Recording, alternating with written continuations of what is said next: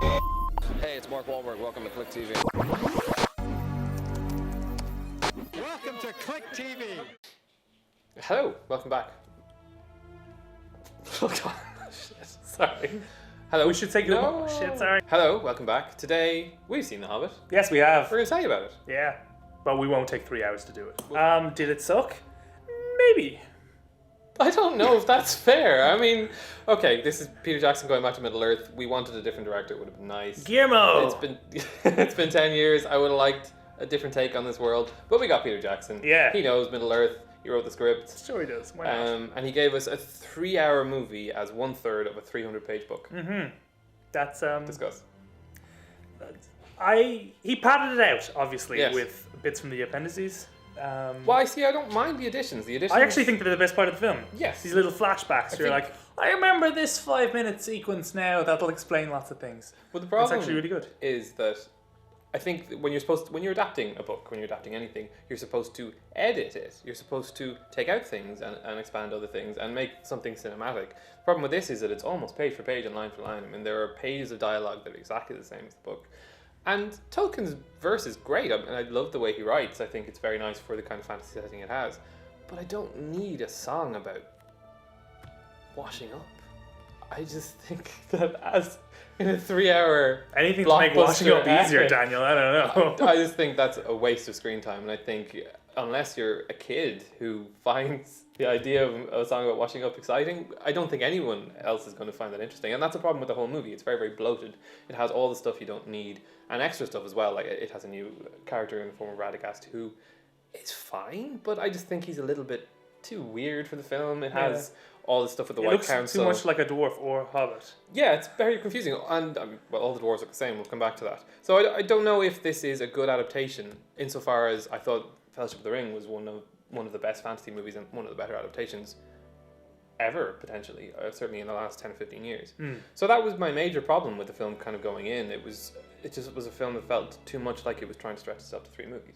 My major problem was all the new technological aspects that have been thrown at this project. So we saw it in a brand new IMAX.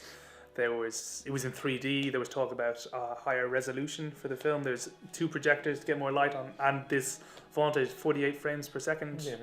And it looks awful. It looks like a BBC drama or documentary or after-school special. It's strange. It's so jarring. It is something that affects the natural motion more than the CG, I suppose, insofar as when we know what people look like when they walk. So 48 frames Not in walking. fast forward. No, they do look, it looks kind of jerky, and that was very distracting for me. It gave me a headache. It was consistently distracting though. When I saw Avatar, I was like, wow, the 3D was amazing. I was like, it was for the 45 seconds I noticed it. Yeah. Then I was watching a film. In this, 3 hours later, I was still wondering why Bilbo Baggins was zipping around the cave.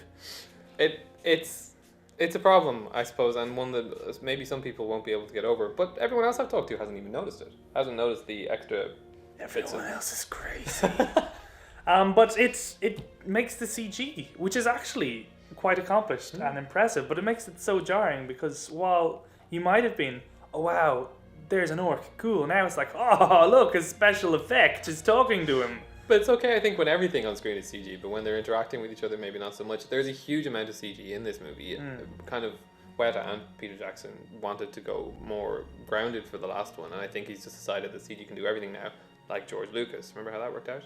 So I'm kind of hoping that they go a little bit more practical. There are barely any practical effects in this movie. Every single battle, almost all of the goblins or orcs are CG. Which makes it look like a computer game. But the thing is, when you're playing a computer game, you know you are, so it looks great. But in this, you're like, oh, I'm watching a movie with small people. But there's no gore, no blood, none of the grittiness that they had in... Or any peril or danger, because a lot of them just walk through the enemies. Yeah. Like, Gandalf's basically just having a stroll. He's out with his walking stick. He's like, oh, sorry, move along. Yeah, no one gets into any trouble at all in this movie. Not really, no. I suppose it is more of a kid's film, though. I mean, is that enough reason for that to happen? No, I think kids can handle gore and danger. Kids probably prefer it. Yes.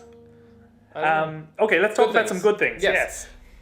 The film is a bit dull for about the opening 2 hours. That's not a good thing, but the good thing is that it gets a lot better. It does. The last hour is really quite strong. Yes, the Riddles in the Dark sequence with Martin Freeman and Andy Serkis as Gollum is one of the better scenes in a genre film I've seen all year. Yeah, in all of the series so far. But there's also actual acting in it. There is, because the rest of the film, there's so many characters, they don't get a chance to talk to each other.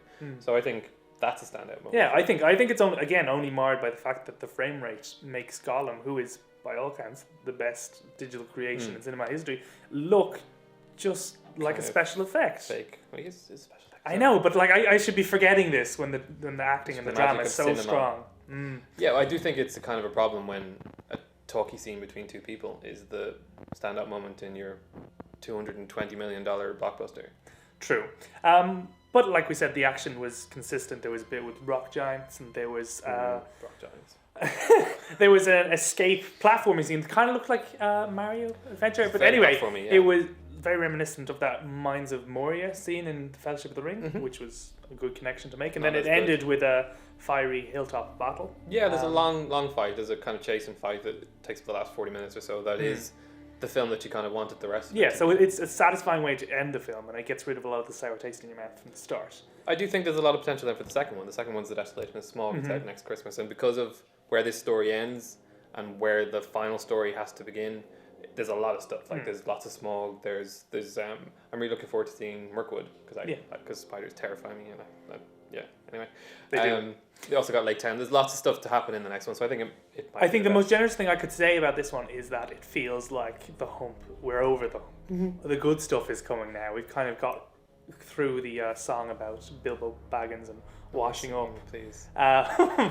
But I think we're done with that now. So see the movie, grand check. Now give us the Desolation of Smog and the Battle of Five Armies, and we'll be happy. The better stuff. We'll have to wait a year and a year and a half for those, but hopefully they'll be a bit more fun. Really, look. So that's our take on The Hobbit. There are many more words on the site if you want to go there. There's also an interview with Irish star Aidan Turner, who plays one of the dwarves in the film. You can check those out on clickonline.com right now.